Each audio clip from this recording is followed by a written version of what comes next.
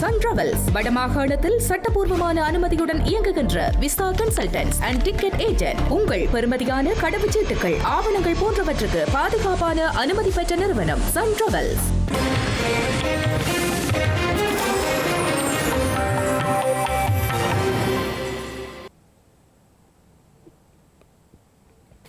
வணக்கம். இது ஐபிசி தமிழின் பிரதான செய்திகள். முதலில் தலைப்புச் செய்திகள். சிறை வன்முறைகளை தடுக்க ஐநா தலையிட வேண்டும். சிறை கைதிகளின் உரிமைக்கான அமைப்பு கோரிக்கை. ரத்மலானியில் கூறிய ஆயுதங்களுடன் 6 பேர் கைது, கைக்குண்டு மீட்பு. நிர்மலா சீதாராமனை சந்தித்த செந்தில் தொண்டமான், பெருந்தோட்ட மக்களுக்கான உதவிகள் தொடர்பில் பேச்சு.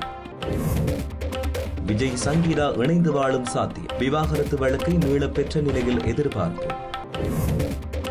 இத்தாலியிலிருந்து ஸ்பெயினுக்கு வரும் பயணிகளுக்கு எல்லை கட்டுப்பாடு, ஸ்பெயின் அறிவிப்பு.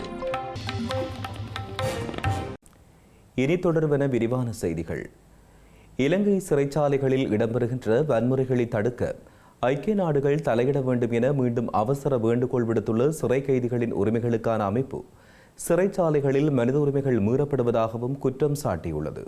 ஐக்கிய நாடுகளின் இலங்கைக்கான வதிவிட பிரதிநிதி எழுதியுள்ள கடிதத்தில் இதனை தெரிவித்துள்ள சிறை கைதிகளின் உரிமைகளை பாதுகாப்பதற்கான குழு இலங்கை சிறைச்சாலைகளில் தொடர்ச்சியாக அதிகரித்து வரும் வன்முறைகள் குறித்து கரிசனை வெளியிட்டுள்ளது. நேற்று ஐக்கிய நாடுகள் இலங்கை வதிவிட பிரதிநிதிக்கு எழுதப்பட்ட இந்த கடிதத்தில் சிறைச்சாலைகளில் தடுத்து வைக்கப்பட்டிருந்த வேளை இடம்பெற்ற மரணங்கள், சிறை கைதிகளின் குடும்பத்தவர்களுக்கு போதிய தகவல்கள் வழங்கப்படாமை, சமீபத்தில் சிறைச்சாலைகளில் இடம்பெற்ற வன்முறைகளை தொடர்ந்து பலர் சட்டவிரோதமாக தடுத்து வைக்கப்பட்டுள்ளமை உட்பட பல விடயங்களை சிறை கைதிகளின் உரிமைக்கான அமைப்பு சுட்டிக்காட்டியுள்ளது. அத்துடன் இந்த சம்பவங்கள் குறித்து சுயாதீன விசாரணைக்கு ஐக்கிய நாடுகள் சபை அழைப்பு விடுக்க வேண்டும் என சிறை கைதிகளின் உரிமைகளுக்கான அமைப்பின் தலைவர் சட்டத்தரணி சேனக்க பெரேரா தன்னுடைய கடிதத்தில் வேண்டுகோள் விடுத்துள்ளார். பத்தளை கதிரான பகுதியில் பிறந்தநாள் விழா ஒன்றில் நபரொருவர் சுட்டுக் கொல்லப்பட்ட சம்பவத்துடன் தொடர்புடைய துப்பாக்கிதாரி உட்பட மேலும் 3 சந்தேக நபர்கள் கைது செய்யப்பட்டுள்ளனர். பத்தளை கதிரான பள்ளியவத்தை பகுதியில் உள்ள மண்டபம் ஒன்றில் நடைபெற்ற பிறந்த நாள் விழாவில் கலந்து கொண்டிருந்த நபர் ஒருவர் மீது மகுழுந்தில் வந்த குழுவினரால் துப்பாக்கிச்சூடு நடத்தப்பட்டுள்ளது. போதைப்பொருள் கடத்தல்காரராக கருதப்படும் மட்டக்குழியைச் சேர்ந்த குடுரோஷான் என்பவரை இலக்கு வைத்து இந்த துப்பாக்கிச்சூடு நடத்தப்பட்டதாகவும், இலக்கு தவறியதால் அவருக்கு அருகில் இருந்த நபர் மீது துப்பாக்கிச்சூடு பட்டு உயிரிழந்துள்ளதாகவும் காவல்துறையினர் தெரிவித்தனர். இந்த சம்பவம் தொடர்பில் 2 பெண்கள் உட்பட 4 அண்மையில் கைது செய்யப்பட்டிருந்தனர். இந்த நிலையிலேயே மேல்மா வடக்கு குற்றப்பிரிவின் அதிகாரிகளால் மேலும் 3 கைது செய்யப்பட்டுள்ளனர். கைது செய்யப்பட்டவர்களில் துப்பாக்கிதாரியை தவிர மகிழுந்தை ஓட்டிச் சென்ற சாரதியும், குற்றவாளிகள் தலைமறைவாக இருக்க உதவிய நபர் ஒருவரும் அடங்குவதாக கூறப்படுகின்றது. இவர்கள் ஜிந்துப்பிட்டி, மாத்தளை மற்றும் கடுவல ஆகிய பகுதிகளை சேர்ந்தவர்கள் என முதல்கட்ட விசாரணைகளில் தெரியவந்துள்ளது. ரத்மலானை கொனாகோவில பகுதியில் கூறிய ஆயுதங்களுடன் 6 பேர் கல்கிசை ஊழத்தடுப்பு பிரிவினரால் கைது செய்யப்பட்டுள்ளனர். கல்கிசை காவல்துறையின் விசேட உந்துருளி படையணியின் அதிகாரி ஒருவர் ரத்மலானை ஆதர் பிரதேச பகுதியில் 1000 மில்லிகிராம் ஐஸ் போதைப்பொருளுடன் ஒருவரை கைது செய்திருந்தார். அவரிடம் மேற்கொள்ளப்பட்ட விசாரணைகளின் போது போதைப்பொருள் கொள்முதல் செய்யப்பட்ட இடம் மற்றும் போதைப்பொருள் விற்பனை நடைபெறும் இந்த வீடு பற்றிய தகவல்கள் வெளிச்சத்துக்கு வந்திருந்தன. குறித்த வீட்டின் நுழைவாயிலில் சுபுன் சர்பயா நுழைவது தடை என எழுதப்பட்டிருந்ததாக தகவல்கள் தெரிவிக்கின்றன. அதற்கமைய அங்கு மேற்கொள்ளப்பட்ட தேடுதல் நடவடிக்கையின் போது 3 வாள்கள், 1 கோடரி, 3 கத்திகள் மற்றும் உள்நாட்டில் தயாரிக்கப்பட்ட ஒரு கைக்குண்டு ஆகியவற்றுடன் 6 சந்தேக நபர்கள் கைது செய்யப்பட்டுள்ளனர். அத்துடன் போதைப்பொருள் கடத்தல் மூலம் சம்பாதிக்கப்பட்டதாக சந்தேகிக்கப்படும் 3 லட்சம் ரூபாய் பணம் மற்றும் 8 கையடக்க தொலைபேசிகளும் கைப்பற்றப்பட்டுள்ளன. சந்தேக நபர்களை நீதவான் முன்னிலையில் முன்னிலைப்படுத்திய பின்னர் தடுப்பு காவல் உத்தரவை பெற நடவடிக்கை எடுக்கப்பட்டுள்ளது. இலங்கையில் உள்ள சிரேஷ்ட காவல்துறை அதிபர்கள் சிலருக்கு இடமாற்றங்கள் வழங்கப்பட்டுள்ளன. அந்த வகையில் வடமாகாணத்திற்கு பொறுப்பான பிரதி காவல்துறை அதிபருக்கும் இடமாற்றம் வழங்கப்பட்டுள்ளது. தென்மாகாண பிரதி காவல்துறை அதிபராக பணியாற்றிய கிட்ஸ்ரீ ஜெயலத் சப்ரகமுவ மாகாணத்திற்கு இடமாற்றம் செய்யப்பட்டுள்ளார். பிரதி காவல்துறை அதிபர் வருண ஜெயசுந்தர சிறுவர் மற்றும் பெண்கள் விவகார பிரிவுக்கு மேலதிகமாக பயிற்சி மற்றும் மேம்பட்ட பயிற்சி பிரிவுகளின் பொறுப்புகளுக்கும் நியமிக்கப்பட்டுள்ளதாக காவல்துறை ஊடக பிரிவு தெரிவித்துள்ளது. மேலும் சிரேஷ்ட பிரதி காவல்துறை அதிபர் KP கருணாநாயக்க விசேட பாதுகாப்பு பணியிலிருந்து வடமாகாணத்திற்கு இடமாற்றம் செய்யப்பட்டுள்ளார். வடமாகாணத்திற்கு பொறுப்பான பிரதி காவல்துறை அதிபர் HP ஸ்ரீவர்தன தென்மாகாணத்திற்கு இடமாற்றம் செய்யப்பட்டுள்ளார்.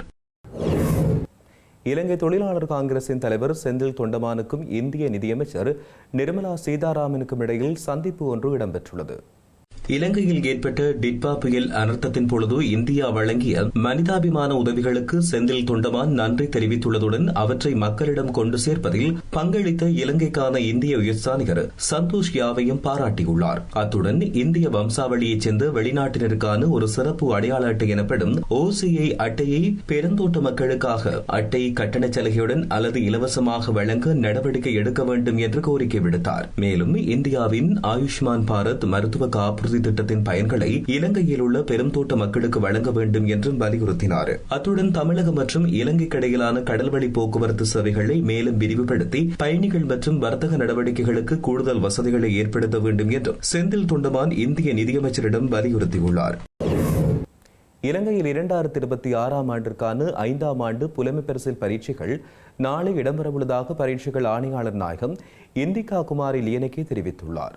இலங்கை முழுவதும் 2723 பரீட்சை மத்திய நிலையங்களில் 5ஆம் ஆண்டு புலமைப் பரிசில் பரீட்சை நாளை நடைபெறவுள்ளதாக பரீட்சைகள் ஆணையாளர் நாயகம் இந்திகா குமாரி லியனகே தெரிவித்துள்ளார். இந்த முறை பரீட்சைக்கு 2,94,089 விண்ணப்பதாரர்கள் தோற்றவுள்ளதுடன் அவர்களில் சிங்கள மொழியில் 2,20,366 விண்ணப்பதாரர்களும் தமிழ் மொழியில் 73,723 விண்ணப்பதாரர்களும் பதிவு செய்துள்ளனர். மேலும் பெற்றோர்கள் பரீட்சை நிலையத்திற்குள் நுழைவதற்கு அனுமதி வழங்கப்பட மாட்டாது என்றும் அவர் தெரிவித்துள்ளார். அத்துடன் பரீட்சை தொடங்குவதற்கு 1 மணி நேரத்துக்கு முன்னதாகவே பரீட்சை நிலையங்களுக்கு மாணவர்களை செல்லுமாறும் அவர் அறிவுறுத்தியுள்ளார். மேலும் கையடக்க தொலைபேசிகள், நவீன கடிகாரங்கள், குறிப்புகள் அல்லது ஏனைய இலத்திரனியல் சாதனங்கள் எதையும் பரீட்சை மண்டபத்திற்குள் கொண்டு செல்ல தடை விதிக்கப்பட்டுள்ளதாகவும் அவர் மேலும் தெரிவித்தார்.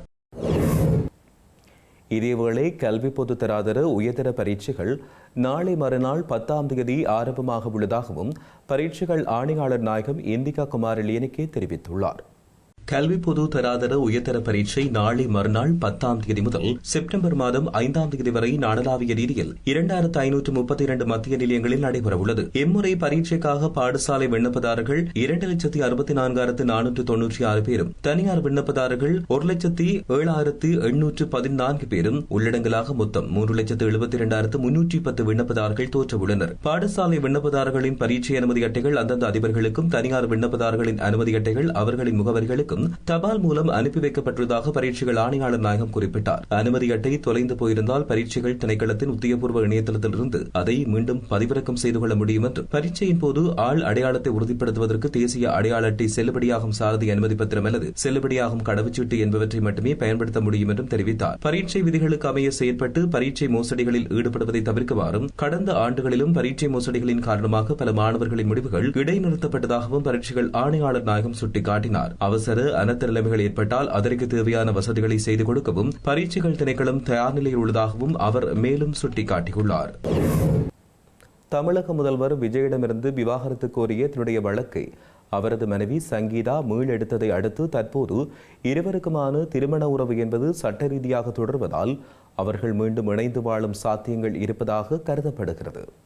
நேற்று இந்த வழக்கு செங்கல்பட்டு குடும்ப நல நீதிமன்றத்தில் இருதரப்பு வழக்கறிஞர்கள் மட்டும் அனுமதிக்கப்பட்டு விசாரணை ரகசியமாக நடந்தபோது சங்கீதா சுமார் 20 நிமிடங்கள் காணொலியில் தோன்றி இந்த வழக்கை மீளெடுப்பதாக தெரிவித்தார். இதையடுத்து எதிர்காலத்தில் தேவை ஏற்பட்டால் புதிய விவாகரத்து மனுவை தாக்கல் செய்ய சங்கீதாவுக்கு நீதிமன்றம் அனுமதி வழங்கி இந்த வழக்கை முடித்து வைத்தது. இந்த முக்கிய முடிவை அடுத்து இருவரும் மீண்டும் இணைந்து வாழ்வது முதல் சில சாத்தியப்பாடுகள் வந்துள்ளன. இருந்தும் தங்களுக்குள் பேச்சுவார்த்தை நடத்தி பிரச்சினைக்கு தீர்வு காண்பது, தேவைப்பட்டால் திருமண ஆலோசனை அல்லது மத்தியஸ்த மூலமாக பிரச்சனைகளை தீர்ப்பது அல்லது திருமணத்தை சட்ட ரீதியாக மீளெடுக்காதால் தனித்தனியாக வாழ்வது, இதுவும் இல்லை என்றால் பரஸ்பர சம்மத விவாகரத்து முறையை தேர்வு செய்வது என பல சாத்தியக்கூறுகள் இருந்தாலும் தற்போது இருவருக்குமான திருமண உறவு என்பது சட்ட ரீதியாக தொடர்வதால் பிள்ளைகளின் நலன் கருதி அவர்கள் மீண்டும் இணைந்து வாழும் சாத்தியங்கள் உள்ளதாக தெரிவிக்கப்படுகிறது.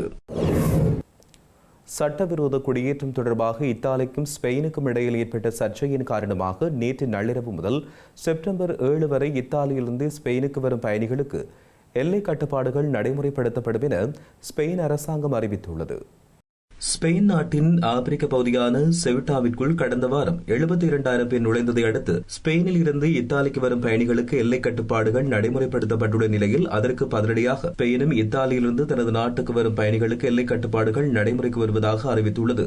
இத்தாலி எதிர்நோக்கும் சட்டவிரோத குடியேற்றத்தின் காரணமாக நடைமுறைப்படுத்தப்பட்ட இந்த கட்டுப்பாடுகள் அடுத்த மாதம் வரை நீடிக்கும் என்று ஸ்பெயின் உள்துறை அமைச்சகம் குறிப்பிட்டுள்ளது. ஐரோப்பிய ஒன்றியம் மற்றும் நேட்டோவின் 2 நட்பு நாடுகளுக்கு இடையில் தற்போது குடியேறிகள் குறித்த விடயத்தில் இந்த அசாதாரண கருத்து வேறுபாடு உருவாகியுள்ளது. இத்தாலி தன்னுடைய சொந்த நடவடிக்கைகளை நடைமுறைப்படுத்தினால் தனது நாடும் அதேபோன்ற நடவடிக்கைகளை நடைமுறைப்படுத்தும் என ஸ்பெயின் அறிவித்துள்ளது. எனினும் ஸ்பெயினின் எச்சரிக்கைகளுக்கோ அல்லது திணிப்புகளுக்கோ அடிபணியப் போவதில்லை என்று இத்தாலி தெரிவித்துள்ளது.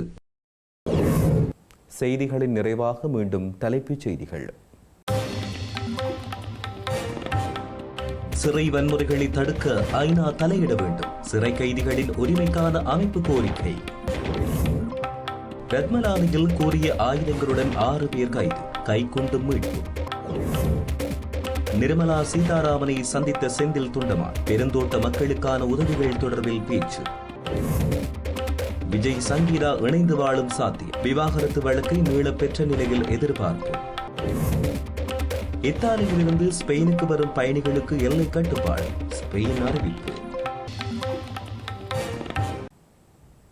இத்துடன் ஐபிசி தமிழின் பிரதான செய்திகள் நிறைவடைகின்றன. உடனுக்குடன் செய்திகளை அறிந்து கொள்ள ibctamil.com என்ற எமது இணையதளத்தினை பார்வையிடுங்கள். வணக்கம்.